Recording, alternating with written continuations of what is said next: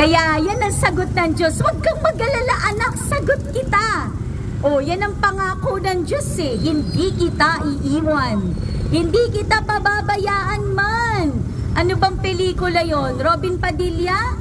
Fernando Poe Jr.? Yung sagot kita. Pero mga kaibigan, ang Diyos, sagot niya tayo palagi. Amen. Kaya lalo kang mananampalataya sa Diyos. Lalo kang tatawag sa Panginoon. Amen. Hindi sa CCTV, ha? Hi.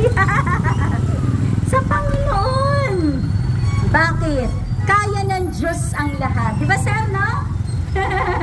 Purihin ang Panginoon. Nothing is impossible with God. Talaga.